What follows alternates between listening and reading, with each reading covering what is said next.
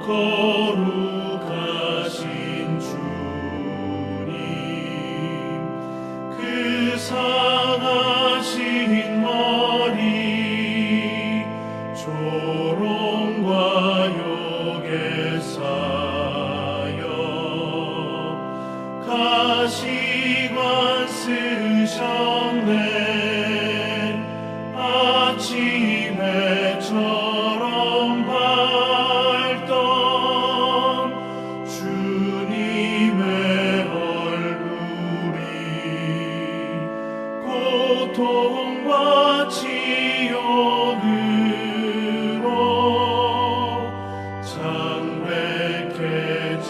창백해지셨네. 주 떠나신 그 고난 죄인 위함이라. 내 지은 죄로 인해 주 형벌 받았네. 내 주여 비옵나니 이 약한 죄인을 은혜와 사랑으로 늘 지켜주소서.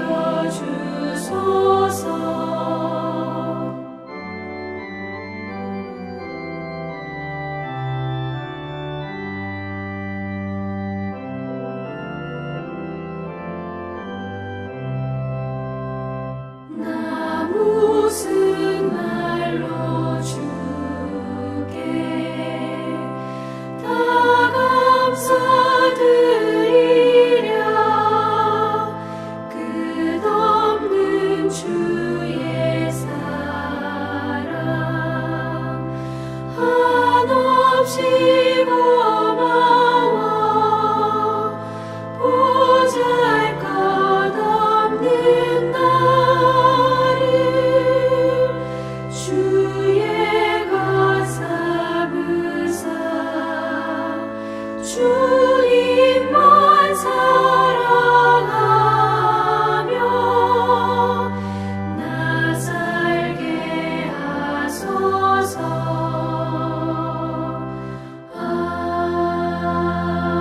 아멘.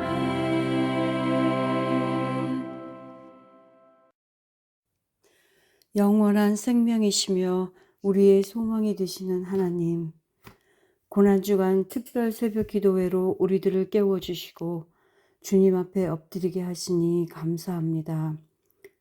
하루의 첫 시간 우리들의 마음을 모아 하나님만을 기억하며 나아가는 시간이 되게 하옵소서. 죄와 사망에 매인 우리에게 독생자 예수를 아낌없이 보내주시어 우리의 죄를 담당하게 하신 하나님의 한량없는 사랑과 고난의 길을 친히 걸으셨던 예수님의 마음을 깊이 알아가는 시간이 되도록 은혜 내려 주옵소서.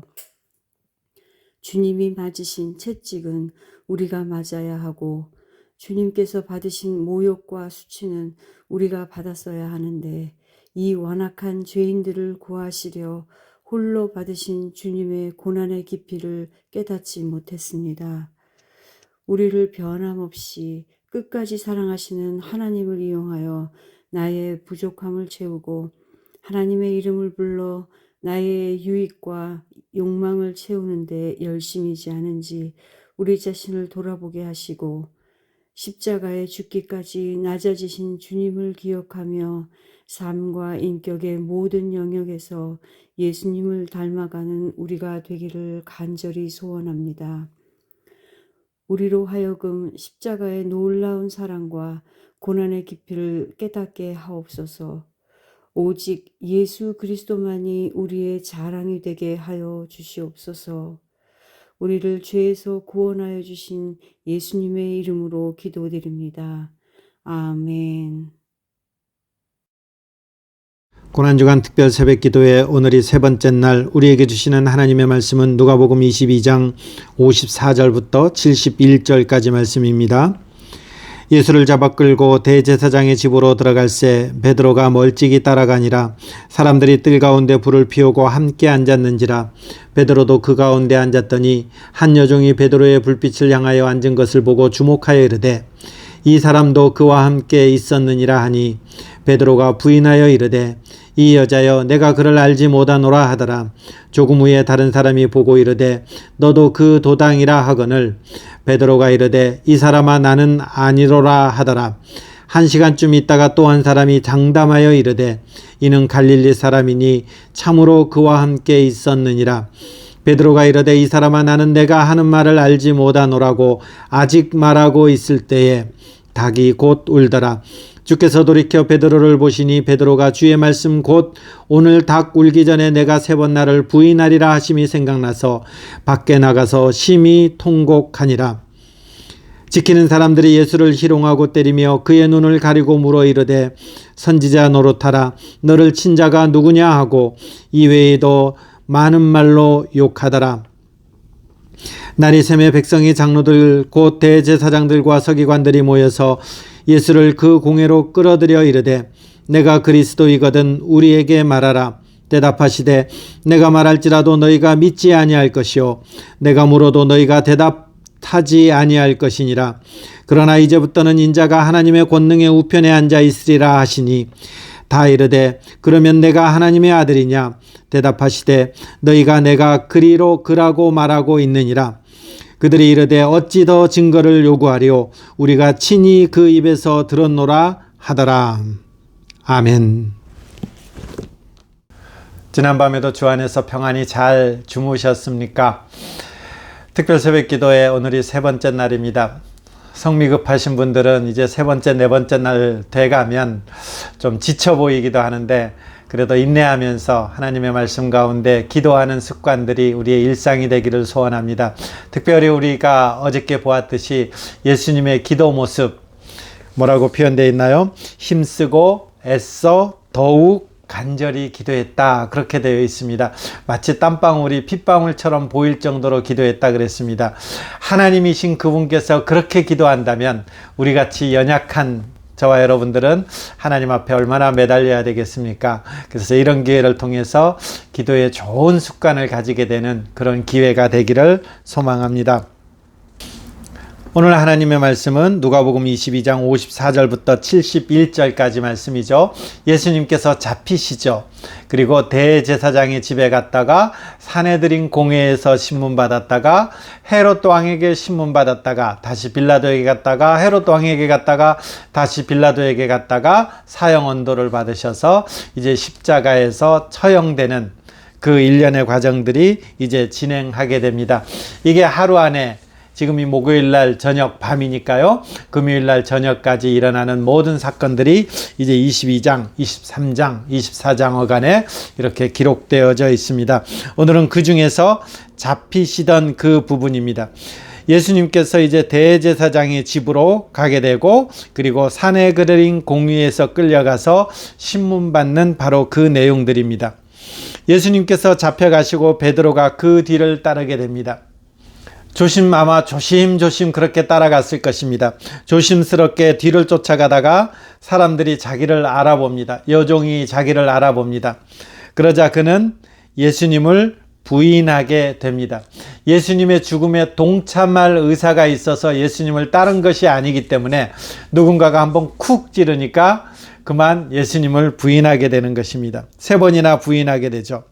그리고 예수님이 예언한 그대로 그날 닭이 울기 전에 3번 부인하고 그리고 그 이후에 예수님께서 하신 그 말씀이 생각나서 밖에 나가서 심히 통곡하는 모습이 성경에 그려져 있습니다. 아마 이 베드로의 심정이 어떨까 했을 때 우리가 상상이 좀 가는 것 같습니다.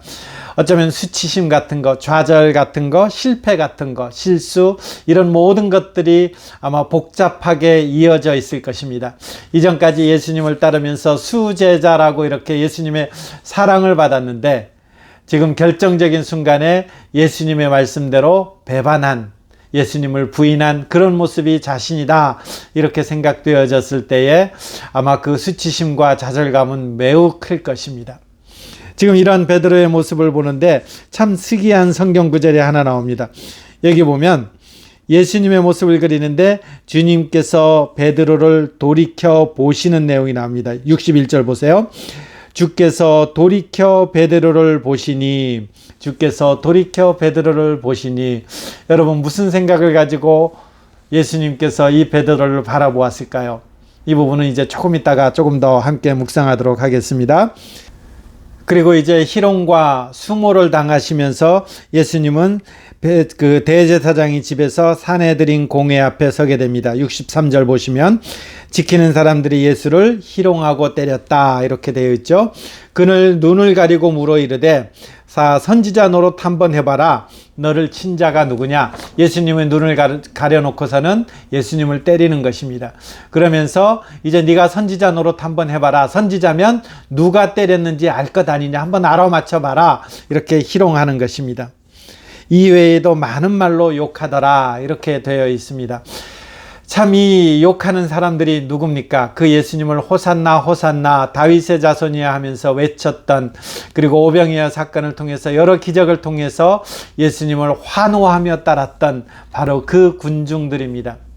근데 어느 순간 예수님이 십자가 앞에 서게 될 이쯤에 되니까 이들이 예수님을 조롱하고 모독하고 희롱하고 욕하는 이런 군중으로 변한 것입니다. 참 사람이 여러 가지 모습을 보다 보면 참 사람이 지독한 것 같습니다. 어느 순간 내 편일 때는 온갖 좋은 것으로 되다가 어느 순간 내 편이 아닐 때는 참 온갖 많은 말로 욕하더라 이런 것들이 어쩌면 우리의 모습도 연관되어지는 것입니다. 그리고 날이 샘에 예수를 그 공회, 사내들인 공회죠. 여기서 이제 신문하게 됩니다. 질문하는 것이 이거죠. 내가 그리스도이거든 내가 그리스도냐라는 것입니다. 네가 그리스도면 우리에게 말하라. 그리스도라는 것은 메시아죠. 네가 구약시대 말씀했던 선지자들이 말씀했던 그 메시아냐? 그것을 말하라 라는 것입니다. 예수님이 대답하죠. 말할지라도 너희가 믿지 아니할 것 아니냐라는 것입니다. 그러나 이제부터는 인자가 하나님의 권능의 우편에 앉아 있으리라 이렇게 대답하는 것입니다. 너희들이 내가 말해도 믿지 않을 것이고 물어도 이제 나는 대답하지 않을 것인데, 근데 중요한 것은 이제부터 나는 인자는 하나님 권능의 우편에 앉아 있을 것이다. 이 예수님의 시선은 거기에 있는 것입니다.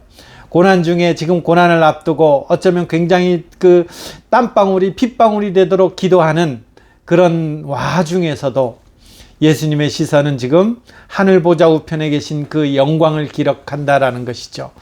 우리도 우리의 삶의 모습도 이런 모습들은 중요한 것 같습니다. 그러니까 다시 한번 질문하죠. 다 이르되 내가 하나님의 아들이냐? 이렇게 질문하니까 예수님이 여기서 큰일 날 대답을 해버렸습니다. 너희들이 내가 그라고 말하고 있지 않느냐? 너희들이 지금 그렇게 말하고 있지 않느냐? 그 말 맞다! 이렇게 대답해버리는 것입니다. 그러니까 이것은 굉장히 신성모독이죠. 큰일 날 말이죠. 그러니까 71절 보면 그들이 이르되 우리가 어찌 더 증거를 요구하리요? 우리가 친히 그 입에서 들었노라. 이제 너는 죽었다.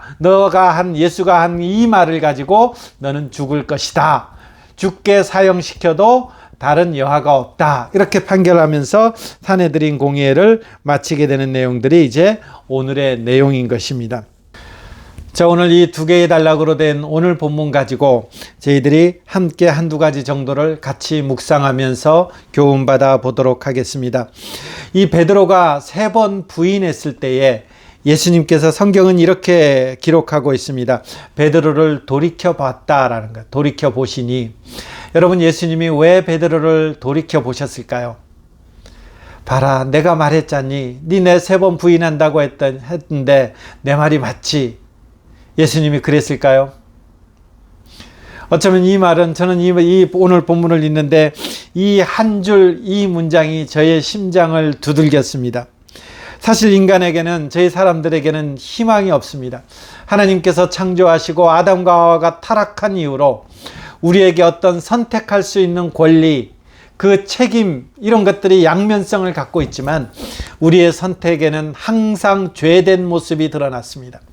우리의 선택으로 말미암아 어떤 소망이 이루어진 적은 없습니다. 우리의 선택으로 말미암은 결과는 항상 어둠이고 항상 죄뿐이고 항상 하나님을 멀리하는 것밖에 없었습니다. 이것이 우리의 인류 역사 내내 고백되어진 선조들의 증언이며 선조들의 어쩌면 유산 같은 말인 것입니다. 근데 이런 어떤 인간들에게 그런 성경에서 말하는 구원은 그 잘못된 선택, 책임질 수 없는 결과를 지워버리는 것만을 의미하지는 않는다라는 것입니다. 내가 옛날에 하나님 앞에 어떤 죄를 저질렀습니다. 내가 살아가면서 어떤 큰 잘못을 했습니다. 그 잘못으로 말미암아 좌절하고 낭망하고 수치심 가운데 젖어 있을 만큼 엄청난 것이었습니다. 근데 하나님께서 우리를 구원하셨다라는 것은 이 죄를 지워버리는 그 선에서 이루어지는 것이 구원이 아니다라는 것입니다. 구원이라는 것은 뭐냐면 우리가 했던 그 선택과 권리를 하나님께서 완전히 없애는 것이 아니라 그 하나님께서 수용하셔서 창조와 타락을 묶어서 부활의 세계를 만드시겠다라는 것이 예수님을 보내서 약속하신 영원한 하나님의 나라인 것입니다. 우리의 실패를 어떻게 한다고요? 우리의 좌절, 낭망, 그것들을 하나님께서 보듬어 쌓아지면서 부활과 함께 묶어버렸다라는 거예요. 부활과 함께 연합시켜버렸다라는 거죠. 그래서 이 일들을 위해서 예수님께서 우리에게 보내신 것입니다. 각각의 잘못을 가지고도 그리스도 예수 안에서 새로운 생명, 거룩, 그리고 선을 하나님께서 만들어 가시는 것입니다. 내가 어떤 모습일 때요? 내가 하나님 앞에서 정말 잘났을 때, 내가 하나님 앞에 믿음으로 정말 잘 살아갈 때, 물론 하나님께서 이럴 때도 쓰지만 베드로처럼 부인하고 낭망하고 좌절하고 심지어 여종한테 수모를 당하는 그 상황, 그 초라한 상황, 정말 비굴해진 상황, 이런 상황 가운데서도 하나님은 우리를 버리시는 것이 아니라 돌이켜서 보신다라는 것입니다. 일부러 돌이켜서 베드로를 보시는 것입니다. 뭐 때문에요? 베드로를 격려하고 베드로를 회복시키는 것, 그 수치심, 그 좌절, 그 낭망들을 예수님께서 그 죽음으로 감싸 안으셔서 부활로 엮어버리는 것입니다. 여러분, 고린도전서 5장 13절부터 15절까지 보면 이런 표현들이 있습니다. 다시는 그들 자신을 위하여 살지 않고 오직 그들을 대신하여 죽었다가 다시 살아나신 이를 위하여 살게 하려 합니다. 죽으신 목적이 이런 것이라는 것입니다. 예수님이 죽으신 목적이 이제부터 우리를 위해서 사는 것이 아니라 우리의 어떤 모습요? 늘 실패하고 좌절하는 그 선택을 반복해서 하는 그런 우리를 위해서 사는 것이 아니라 부활하신 예수 그리스도와 함께 엮어버려서 이제는 그 주님이 살도록 하는 것, 그게 우리가 예수님 안에서 구원받았다라고 이렇게 표현하는 것입니다. 내가 죄인 중에 괴수다라는 것은 우리가 영원토록 간직하게 되는 어쩌면 우리의 모습일 것입니다. 근데 이 죄인 중에 괴수인 이 모습을, 야, 너는 필요 없어, 이 중요한 시기에 이 내 편, 내가 가장 예수님이 힘들어할 때에 이때 최소한 너는 내 편이 되어져야 되지 않니?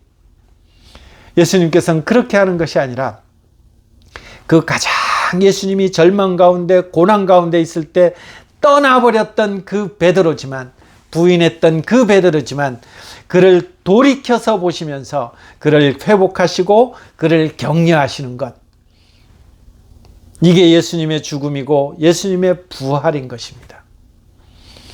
혹 우리가 낭망 중에 있습니까? 영원한 범죄로 인해서 참 실패감 가운데, 좌절감 가운데, 비굴함 가운데 있습니까? 돌이켜보시는 그 예수님의 눈빛에 눈을 마주쳐 보시기 바랍니다. 나를 향하여 일부러 고개를 돌리면서 바라보시는 그 예수님의 눈빛에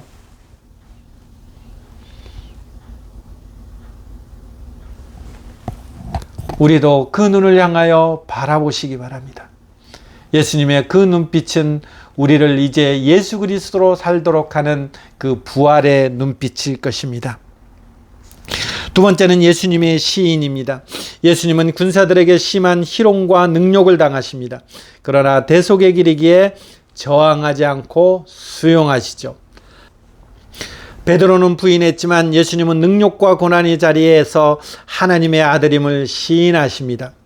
인간적인 영광을 얻을 수 있는 그 사탄의 시험에는 꾸짖어 못하게 하시더니 이 고난이 기다리는 바로 이 자리에서는 예수님이 하나님의 아들이심을 시인하시는 것이죠. 그리고 영광 중에 하늘 보좌에 있음을 바라보게 되는 것입니다. 그것을 확신하게 되는 것입니다. 이것은 우리에게도 마찬가지입니다. 우리가 힘겨울 때, 좌절할 때, 넘어질 때 우리의 궁극적인 소망은 어디에 있는 것입니까?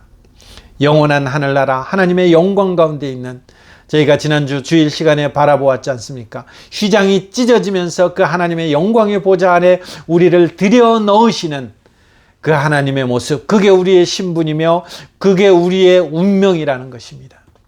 그런 존재일진데 우리도 그 확신을 가지고 예수님처럼 걸어가게 되는 것입니다. 마무리하면서 기도 제목을 나눕니다. 수많은 실수와 실패에도 은혜로 사는 우리들임을 기억하자. 특히 실수와 낭망 중에 있다면 예수님께서 돌이켜 바라보시는 그 눈빛에 우리도 눈을 맞추며 그 주님을 바라볼 수 있는 그 용기가 여러분에게 있기를 바랍니다.